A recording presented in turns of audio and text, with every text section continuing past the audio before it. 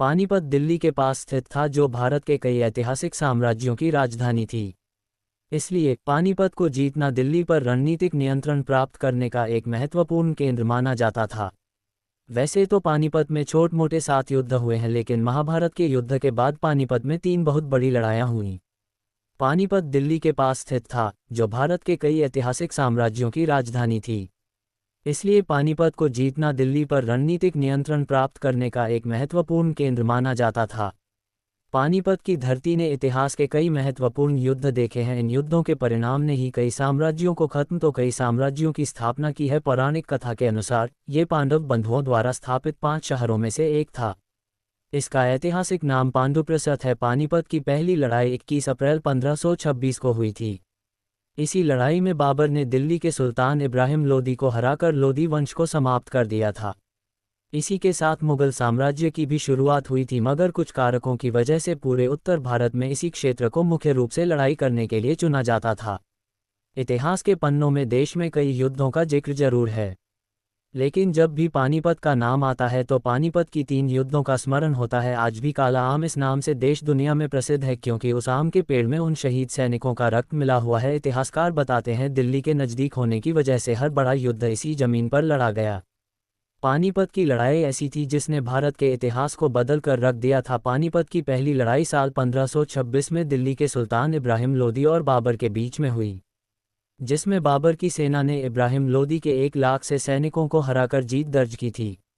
इस युद्ध में हजारों सैनिकों का रक्त बहा था, जिससे यहाँ की जमीन का रंग भी लाल हो गया था। इस जंग के नतीजे ने मुगलियों की शुरुआत की और लोदी वंश का खात्मा कर दिया थी। पानीपत की पहली लड़ाई जीतने के बाद ही बाबर दिल्ली की गद्दी पर जाकर बैठ गया था। महाभारत के युद्ध के बाद पानीपत में 3 बहुत बड़ी लड़ाइयाँ हुईं। पानीपत की दूसरी लड़ाई साल 1556 में और तीसरी लड़ाई साल 1761 में हुई थी, और यह सभी लड़ाइयाँ दिल्ली की गद्दी के लिए लड़ी गई थी। पानीपत की लड़ाई में जो भी विजेता होता था वह दिल्ली की गद्दी पर जाकर बैठ जाता था।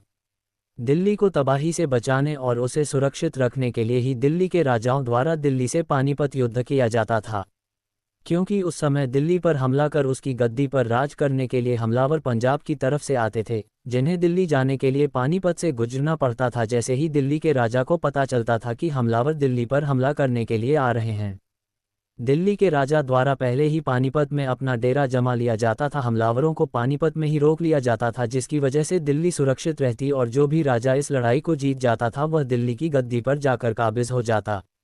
उस समय पानीपत एक ऐसा स्थान था जिसके दोनों तरह नहरें थी। एक तरफ यमुना नहर, जबकि दूसरी तरफ दिल्ली पैलर नहर थी।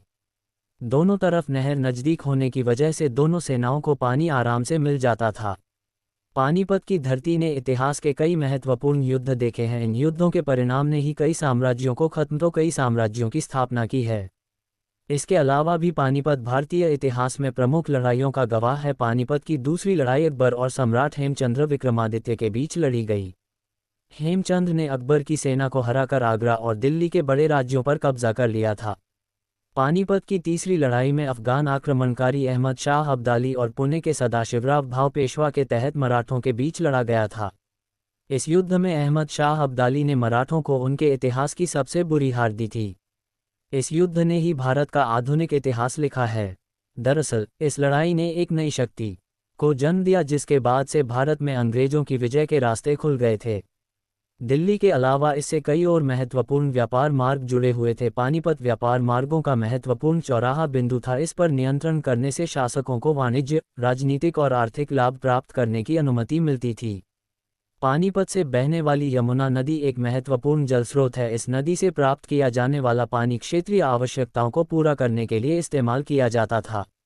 यही नदी आगे जाकर दिल्ली के पानी के मुख्य स्रोत का भी काम करती थी। इसके जल से पूरे साल भर पीने का पानी और शहरीकरण की आवश्यकताएं पूरी की जाती थी। इसलिए पानीपत पर लड़ाई का मुद्दा मुख्य रूप से जलाधिकार से संबंधित था।